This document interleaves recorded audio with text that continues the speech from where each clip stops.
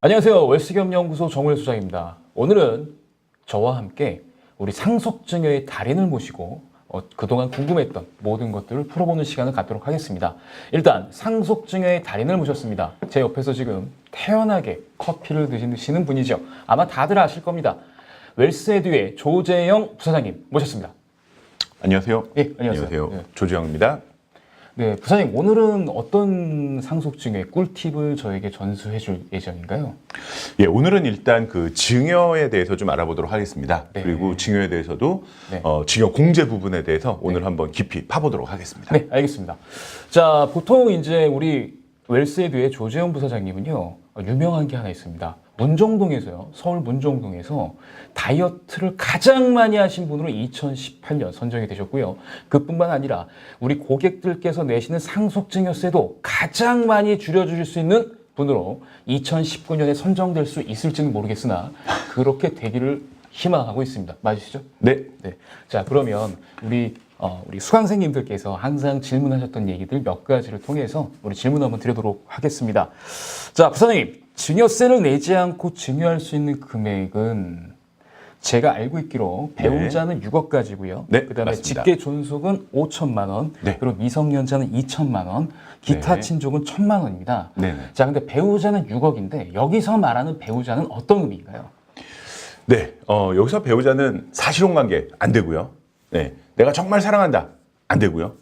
혼인했는데 혼인신고 안 했다. 안 됩니다. 네. 아, 그럼 사랑해도 안 되고, 네. 같이 살아도 안 되고, 네. 그러면 혼인신고가 된 적격 배우자만 가능한 건가요? 그렇죠. 보통 우리 이제 법률혼 관계라고 합니다. 그래서 혼인신고까지 완료가 된 네. 배우자를 배우자라고 합니다. 네, 만약에 배우자에게 증여받고 싶으시다면 지금 당장 사실혼 관계를 청산하시고 법률혼 관계를 가셔야겠습니다. 자, 그럼 상황을 제가 좀 특정해서 한번 질문 드려보겠습니다. 네. 자, 한 여자분이 계시는데 네. 2010년도에 최초로 결혼을 하셨어요. 네. 결혼하자마자 남편한테 3억을 증여받았습니다. 자, 그리고 나서 남자랑 이혼을 하고 2014년에 재혼을 하셨는데 다시 또 3억을 증여받으셨어요. 네. 자, 그리고 또 한 번 이혼하시고 2018년에 세 번째 남자에게 6억을 증여받았습니다. 그러면 이 여자분께서는 증여세를 내십니까? 안 내십니까? 아, 복잡하네요. 그런데 일단 행복하겠네요. 총 저도 좀 12억 원을 그래 받았네요. 싶습니다. 예. 총 10억 원을 받았는데 그게 모두 10년 안쪽이기 때문에 네네네. 일단 본인이 받을 수 있는 배우자 공제 금액은 항상 수증자 중심으로 생각을 해야 됩니다. 받는 사람 중심으로. 네. 그래서 처음에 3억 받았다고 했죠? 예. 그럼 6억 중에서 3억 원만 써먹은 거죠. 네네네. 그 다음에 10년 지나지 않았는데 또 3억 원 받았습니다. 네네. 그리고 3억 남아있으니까 역시 세금 안 내고 받을 수 있겠네요. 그런데 10년 지나기 전에 세 번째 남자한테 6억을 받은 거죠. 예. 그러면은 이제 이 6억 원에 대해서는 세금을 내야 되겠네요. 아, 그럼 이게 남자가 누구든 상관없이 네. 배우자라고 네이밍된 사람은 10년에 6억까지라는 말씀이시죠? 그렇죠. 그러니까 항상 주의해야 할 것은 받는 사람 중심입니다. 그래서 나한테 6억 원짜리 공제 카드가 한 장 있다고 생각하시면 됩니다. 이 6억 원짜리 배우자 공제 카드를 한번 써먹으면 10년 지나기 전까지 재발급이 안 됩니다. 그래서 그럼 사람은 상관없고 그렇죠. 금액만 중요하다. 예, 내 중심이니까 누가 주든 이 배우자든 저 배우자든 세 번째 배우자든 예. 내 카드 6억짜리만 10년에 한 번 써먹을 수 있다. 이렇게 생각하시면 편할 것 같습니다. 그 이혼 후에 증여를 받으실 땐 이것만 생각하시면 되겠네요. 한 남자건 두 남자건 세 남자건 상관없이 한 번에 받을 수 있는 10년 동안 받을 수 있는 금액은 6억이다. 그렇죠. 이렇게 받는 사람 정리되죠. 중심이니까요. 네. 그럼 네. 이제 예를 들어서 주는 사람 기준으로 한번 생각해 볼게요. 네. 제 친구 중에 네. 결혼을 3번 한 친구가 아, 있습니다. 대단하네요. 32살에 한 번 했고요. 네. 35에 한 번 했고요. 네. 38에 한 번 했는데 항상 결혼한 여자가 24살입니다. 능력자 아니겠습니까? 근데 그 친구가 결혼할 때마다 증여를 6억씩 해줬거든요. 네. 그러면 그 친구 이런 경우에는 어떻게 되나요?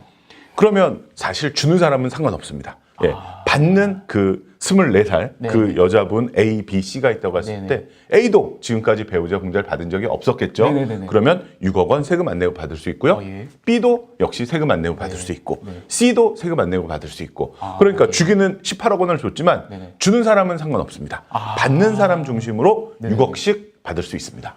예, 그럼 정리가 됐습니다. 여기서 말하는 배우자라 함은 사실혼 관계가 아니라 법률상 혼인 관계에 있는 사람이고 배우자 공제 한도는 받는 사람 기준으로 10억이다. 주는 사람은 몇 명이든 6억이다. 상관없다. 6억이다. 6억이다. 6억이다.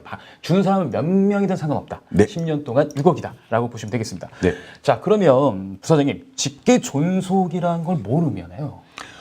우리가 이제 직계 존비속이라고 이렇게 붙여서 얘기를 하기 때문에 좀 헷갈릴 때가 많습니다. 그런데 직계 존속은요, 존경하다 할 때 네, 존자 아닙니까? 그래서 위로, 직계속으로 위로, 즉 아버지, 어머니, 할머니, 할아버지, 그리고 헷갈리기 쉬운 게 외할머니, 외할아버지도 포함이 됩니다. 네. 예, 우리나라 민법은 부계와 모계를 구분하지 않습니다. 할아버지, 할머니도 족계 존속인데 네네. 외할머니, 외할아버지를 무시하면 안 되겠죠. 그래서 네. 뭐 증조, 고조가 계시다면 그분들도 다 직계 존속이지만 뭐 그분들은 안 계시다고 가정하면 아버지, 어머니, 할머니, 할아버지, 외할머니, 외할아버지 이렇게 6분 정도를 일반적인 직계 존속이라고 볼 수 있겠습니다. 그러면 직계 존속까지 5천만 원인데요. 그러면 네. 이런 경우 어떻게 됩니까? 할아버지한테도 받고 아버지한테 받았다. 네. 그럼 어떻게 되는 거죠? 그럼 이제 뒷부분에 가서 조금 더 이제 합산에 대한 공부를 조금 더 해야 되긴 하는데요. 네. 공제만 따져보면 네. 할아버지가 주면서 직계 존속에 대한 공제를 까먹습니다. 그러면 네.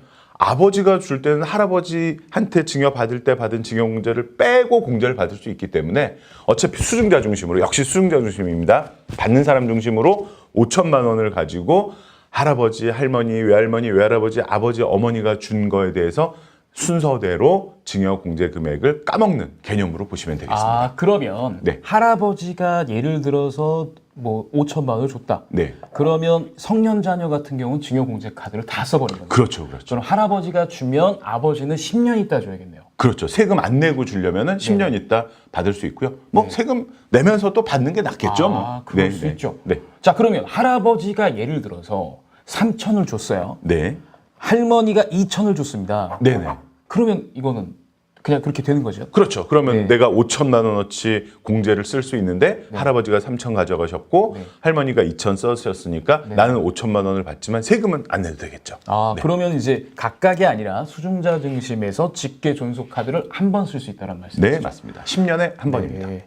자, 직계 비속은 누구를 말하는 겁니까? 네, 이제 직계 존속이 위로였다면 네. 직계 비속은 아래로입니다. 그래서 아들, 딸, 뭐 손자, 손녀, 외손자, 외손녀, 요런 분들이 나의 직계 비속인데 여기서 헷갈리지 말아야 될 점 바로 사위는 직계 비속이 아닙니다. 마찬가지로 아까 외할아버지, 외할머니는 직계 존속인데. 그렇죠. 네. 그러니까 내 피가 섞인 거죠. 예. 외할머니, 외할아버지의 피가 어머니를 통해서 나한테 왔죠. 예. 하지만 사위는 피가 다릅니다. 그렇죠. 그래서 아들처럼 생각하지만 다 뻥입니다. 직계 비속이 아닙니다. 며느리, 딸처럼 생각하지만 직계 비속이 아닙니다. 그래서 아들, 딸, 손주, 외손주까지가 직계 비속이고 많이들 헷갈려 하시는데 사위 직계 비속 아닙니다. 며느리 직계 비속 아닙니다. 그럼 이제 피가 섞였냐 안 섞였냐를 기준으로 본다는 말씀이죠? 보면은 일단은 좀 깔끔하게 편하게 정리하실 수 있습니다. 증여재산 공제에 대해서 알아봤습니다. 자, 오늘 자리를 함께 하신 분은 문정동에서 살을 너무 많이 빼셔서 저희 다이어트 기네스에 오르신 웰세드 조재용 부사장님이시고요. 아마 여러분들에게는 새 절세 다이어터로 유명할 우리 조재용 부사장님과 오늘 함께 했습니다. 자, 이번 시간 마치겠습니다. 네, 감사합니다.